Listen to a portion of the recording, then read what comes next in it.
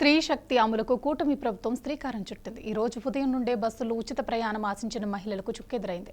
ఈ పథకాన్ని సాయంత్రం సీఎం చంద్రబాబు లాంఛనంగా ప్రారంభించనున్నారు. స్త్రీ శక్తి పథకంపై మహిళా ప్రయాణికుల అభిప్రాయాలు ఏ విధంగా ఉన్నాయో నెల్లూరు నుండి మా ప్రతినిధి సాగర్ రెడ్డి మరింత సమాచారం అందిస్తారు.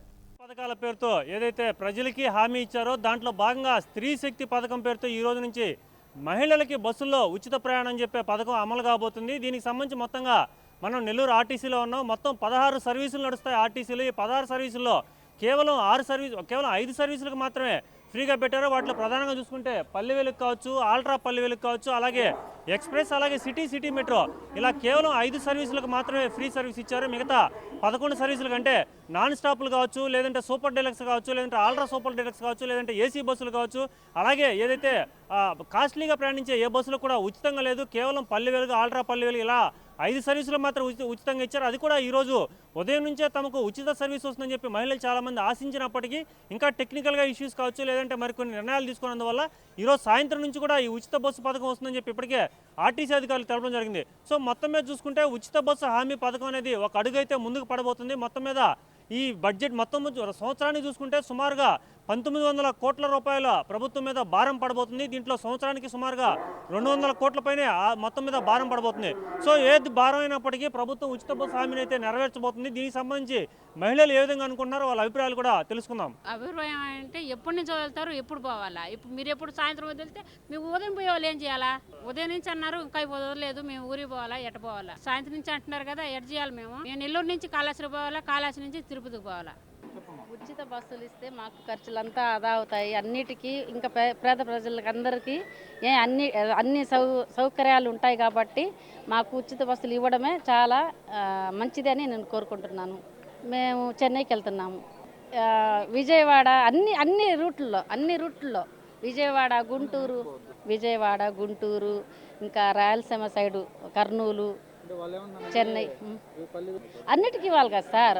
ఒకటికి ఇచ్చి ఒకటికి ఉంటే దగ్గర స్టేజ్లు వస్తుంటాయి, అక్కడ ఆపాలి కదా. వాళ్ళు ఆపి దిగేవాళ్ళు ఉంటారు. పేద ప్రజలు అంటే లాంగ్ జర్నీలు ఉండవు కదా, దగ్గర ఉండే జర్నీల వల్లే కదా వెళ్ళేది. చిన్న పల్లెటూర్లు ఉంటాయి. డైరెక్ట్ బస్సు ఎక్కేస్తే వాళ్ళు అక్కడ వెళ్ళి దిగేస్తారు. మధ్య తరగతి ప్రజలు ఎలాగెళ్ళాలి? ఆ రాష్ట్ర వ్యాప్తంగా అంతా ఉచిత బస్సులు ఇస్తే పల్లె వెలుగు కానీ నాన్ స్టాప్ అన్ని ఎక్స్ప్రెస్ బస్సులు కానీ అన్నీ ఉంటేనే సార్ సరేనా, అందరికీ సౌకర్యంగా ఉండడమే నేను కోరుకుంటున్నాను.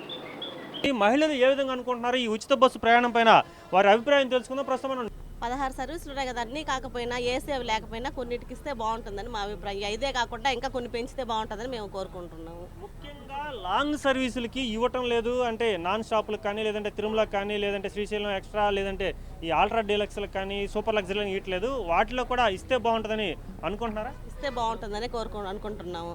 దూరంగా వెళ్ళే వాళ్ళకి కూడా స్త్రీలు కొన్ని ప్రయాణాలు చేస్తూ ఉంటారు కదా తిరుమలకి. ఆశించాము.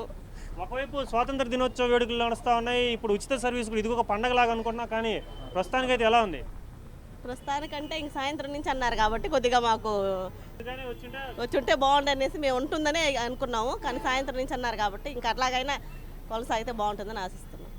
సో మొత్తం మీద చూసుకుంటే ఈ స్త్రీ శక్తి పథకం ఉచిత బస్సుల్లో మహిళలకి ఉచిత బస్సు ప్రయాణం ఏదైతే ఉందో దీనికి సంబంధించి ఇప్పటికే మహిళలు వివిధ రకాల అభిప్రాయాలు మనకు తెలియజేశారు. కొందరైతే ఇప్పటికే తాము ఉచిత బస్సు వస్తుందని చెప్పి వచ్చాము కానీ ఇంకా రాలేదని చెప్పి కొందరు అసంతృప్తి వ్యక్తం చేశారు. మరికొందరు బస్సులో ఉచితం అనేది ఎంతో కొంత ఇచ్చారు కాబట్టి మాకు సంతృప్తికరంగా ఉందని చెప్పి మరికొంతమంది చెప్పారు.